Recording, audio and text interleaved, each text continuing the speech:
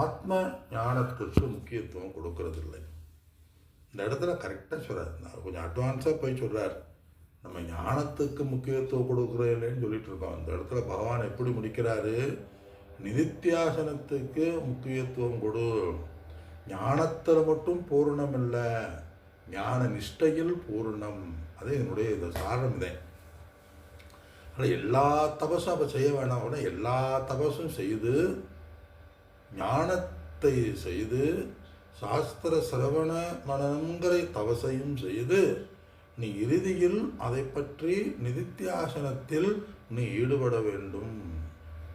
ரமண பகவான் சொல்லுவாங்கல்ல, வேதாந்தத்தை வேற்ற விளங்கும் வேத பொருளருள் அருணாச்சலா சொல்றார். வேத பொருள்னா என்னது? தத்துவமசி, ஐக்கியம். அதே சொல்ல போறார் பகவான். மே மதக, இது என்னுடைய கருத்து, இது என்னுடைய நிச்சயம், இது என்னுடைய உறுதி. ஜீவேஸ்வர ஐக்கிய ஞானத்தில் நீ தியானத்தில் நிலை பெற்று இரு சொல்றார். ஜீவேஸ்வர ஐக்கிய ஞானத்தில் நீ நிலை பெற்று இருப்பாயாக என்று கூறுகிறார். ஆனால் இந்த இடத்துல சிரவண சாஸ்திரத்தை கேட்டல் சிந்தித்தல் மட்டும் மோட்சத்தை கொடுக்காது. நிதித்தியாசனத்தை செய்ய வேண்டும். அதுதான் உயர்ந்த சாதனைகளிலேயே உயர்ந்த சாதனைங்கிறார். அப்போ கர்மயோகத்தை மட்டும் உபாசனையை மட்டும் செய்து கொண்டிருந்தால் அப்போ என்னது? அது பூர்ணமானது அல்ல. ஞானத்தில் ஈடுபட வேண்டும். ஞானத்தில் ஈடுபட வேண்டும் மட்டுமல்ல, அதில் நிலை பெற, அதை பற்றிய தியானத்தில் ஈடுபட வேண்டும். அப்படிப்பட்ட தியானத்தில் ரமண பகவான் முழுவதும் ஈடுபட்டார். முழுவதும் அந்த ஆத்ம தியானத்திலேயே அவர் பிரம்மனிஷ்டனாக இருந்தார். பூர்ணமான ஞானத்தை பெற்று ஞான ஸ்வரூபத்திலேயே தன்மயமாக்குதல் பகவான் சொல்கிறார். அப்போ கர்மயோகம் உபாசனைலாம் வேண்டாம் அப்படின்னு அது வேண்டாம்னு பகவான் சொல்லலை. அதிலேயே இருந்து விடக்கூடாது. ஆகையினால் அர்ஜுனா, நீ நிதித்தியாசனம் செய்ய வேண்டும் என்று பகவான் கூறுகின்றார். 46ஆவது ஸ்லோகத்தில் தவசிப்பியோ அதிகோ யோகி ஞானிப்பியச்ச மதோ திகக, ஞானிப்பியச்ச பரோ மதோ திகக. மதக, இது என்னுடைய கருத்து. எது என்னுடைய கருத்து? தவசிப்பியக, எல்லா தவங்களை காட்டிலும் அதிகோ யோகி, அதிகமானவன். யாரு? யோகி. இந்த இடத்துல யோகினா நிதித்தியாசனத்தை செய்பவன் உயர்ந்தவன். அதிக யோகி. என்ன நித்தியாசனத்தை செய்பவன்? நான் கர்த்தா அல்ல, நான் போக்தா அல்ல, நானே ஆத்மாவாக இருக்கின்றேன். நானே எங்கும் எல்லா இடத்திலும் இருக்கின்றேன். எல்லா இடத்திலும் தன்னையே காண்பவன். இப்போ இதில் என்ன அர்த்தம் சொன்னால், பகவான் என்ன சொல்கிறாரு? எல்லா இடத்துலையும் தன்னையே காண்பவன், தன்னை எல்லா இடத்திலும் காண்பவன், என்னை எல்லோரிடத்திலும் காண்பவன் அப்படின்னு ஒரு பிட்ட போடுறார் பகவான். பகவான் எப்பயுமே அடுத்த அத்தியாயத்துக்கு அடுத்த கருத்துக்கு போகும் முன்ன ஒரு வார்த்தையை போட்டுருவார். அந்த வார்த்தையை அர்ஜுனன் பிடிச்சிக்கிடுவான். அப்படின்னா அது என்ன அப்படிங்கிறப்ப, அப்போ அடுத்த அத்தியாயத்துக்கு இப்போ பகவான் பீடிகை போடுகின்றார். என்னையே, இது என்னுடைய கருத்து, என்னையே நினைத்து என்னையே எல்லோரிடத்திலும் பார்த்து என்னையே தன்மையாக எவன் இறைத்தன்மையை எவன் தான் தன்மையாக உணர்கின்றானோ. அப்போ அர்ஜுனுடைய கேள்வி என்ன? உங்கள் தன்மை என்ன? நீங்கள் யார்? அர்ஜுனுடைய கேள்வி. தது துவம் அசி, நான் அதுவாக இருக்கின்றேன். எதுவாக இருக்கின்றேன்? நானே பிரம்மமாக ஈசனாக இருக்கின்றேன்கிறார். அப்போ அர்ஜுனனுக்கு என்ன சந்தேகம் வரும்? நீங்கள் யார்? உங்களுடைய தன்மை என்ன என்ற விளக்கம்தான் 7ஆம் அத்தியாயம் ஞான விஞ்ஞான யோகம் பேர். அது இதை இந்த இப்போதைக்கு இந்த ஸ்லோகத்தை பார்ப்போம். முதல் வரி தபஸ்விப்போ அதிக யோகிங்கிறார். எல்லா தவங்களை காட்டிலும் ஞானி பெச்ச பர மதோ திகக, ஞானி உயர்ந்தவன். இந்த இடத்துல யோகி அப்படின்னு சொன்னால் யோகினா ஆத்ம ஞானத்தை பெற்று நிதித்தியாசனத்தில் ஈடுபடுபவன், தியான யோகத்தில் ஈடுபடுபவன். எந்த தியான யோகத்தில்? ஆத்ம தியானத்தில் ஈடுபடுபவன் தான். அந்த தபஸ்தான் உயர்ந்தது. ஏனெனில் எல்லா தபசும் அந்த தபசுக்காகத்தான். அப்போ எல்லாமே தபசு இல்லையா? எல்லாமே தபசு. இதுதான், இதற்குத்தான் எல்லா தபசும் அப்படின்னு சொல்கிறார். ஏன் இவ்வளோ அழுத்தமாக சொல்கிறாருன்னா, எல்லாருமே ஒரு சிலர் கர்மயோகத்திலேயே ஈடுபட்டு விடுகிறார்கள். பெரும்பாலானவர்கள், எல்லாரும் சொல்ல முடியாது, பெரும்பாலானவர்கள் கர்மயோகத்தில் ஈடுபடுகிறார்கள். அதிலிருந்து தப்பிச்சவங்க உபாசனையிலேயே தியானம், ஜபம், தியானத்திலேயே ஈடுபடுகிறார்கள். அதிலிருந்து ஒரு சிலர் என்ன பண்ணுறாரு சொல்ல போகிறாரு. மனுஷியானாம் சகஸ்திரத்து கச்சித் எதது சித்தையே அப்படிங்கிறார். 1000 ஒருவர் தான் என்னை உள்ளபடி அறிகிறார்கள் அப்படின்னு சொல்ல போகிறார். ஒரு சிலர் கர்மயோகத்தில் உபாசனையிலிருந்தும் அதிலிருந்து சில பேர் தப்பிச்சு, இந்த வடிகட்டின்னு சொல்லுவாங்கள்ல, அதிலிருந்து சில பேர் தப்பிச்சு சாஸ்திர சிரவணமானத்துக்கு வருகிறார்கள். அதில் சில பேர் அதிலேயே இருந்து நிஷ்டையை அடையாமல் போய்வார்கள். அதிலிருந்து தப்பிச்சு நித்தியாசனத்தில் வருகிறார்கள். அதனால் பகவானுடைய பதில் என்ன? ஆகையால் அர்ஜுனா, நீ நித்தியாசனத்தை செய். நீ ஞானத்துக்கு வந்தால் மட்டும் பத்தாது, நித்தியாசனத்தை நீ செய்ய வேண்டும்ங்கிறார். அப்போ ஞானத்து விசாரமே பண்ணாதவர்களுக்கு என்ன சொன்னால் அது கஷ்டம்தான். ரெண்டாவது, பொதுவாக எல்லாரும் ஞானத்துக்கு வரணும்னு சொல்கிறாங்க. ஞானம்னா என்னங்க நம்ம புரிஞ்சுக்கணும். நித்தியாசனத்துக்கு வாட் இஸ் சப்ஜெக்ட் மேட்டர் என்ன? சகுண பிரமத்தை விட்டு விட்டு நிர்குண பிரமத்துக்கு வா. அது என்னுடைய கருத்தம். எல்லாவற்றையும் உன்னை நீ அறி, நம்மை நாம் அறிய வேண்டும் என்று பகவான் கூறுகின்றார். கந்தபுராணம் முருகனை பற்றி, பகவானை பற்றி கூறுகின்றது. ராமாயணம் ராமரை பற்றி கூறுகின்றது. கிருஷ்ணரை பற்றி கூறுகின்றது. சிவனை பற்றி கூறுகின்றது சிவபுராணம். நம்ம புராணம் எங்கே போய் படிக்கிறது? நம்ம புராணம் ஸ்வபுராணம். நம்ம புராணம் எதை பற்றி பேசுறது? சாஸ்திரம்.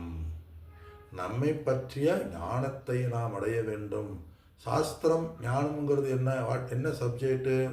முருகனை பற்றி அறிவுனா என்ன செய்யணும்? கந்த புராணம் படிக்கணும், கந்த சஷ்டி படிக்கணும். விஷ்ணுவை பற்றி என்ன பண்ணால் விஷ்ணு புராணம் படிக்கணும், விஷ்ணுவை பற்றி படிக்கணும். சிவனை பற்றி அறிவுனா என்ன? சிவபுராணம் படிக்கணும். இப்போ நம்ம பற்றி, என்னை பற்றி புராணங்களில் என்ன அடிக்கணும்னு சொன்னால் பகவத்கீதை படிக்கணும். இல்லை நீங்கள் பகவத்கீதை சொல்கிறதுனாலயா? பிரம்மாதி வர்த்ததே, அது பார்த்தோம், போனதில் பார்ப்போம். கர்மகாண்டத்திலிருந்து அவன் விடுதலை அடைய வேண்டும். அப்போ என்னை பற்றி நான் அருணாச்சலத்தை படிக்கணும், அருணாச்சல புராணம் படிக்கணும். ஏன் இங்கே ரமண பகவானை பற்றி அறியணும், ரமண பகவானை பற்றி வாழ்க்கையை படிக்கணும், உபதேசங்களை படிக்கணும். ஆனால் என்னை பற்றி யார் படிக்கிறது?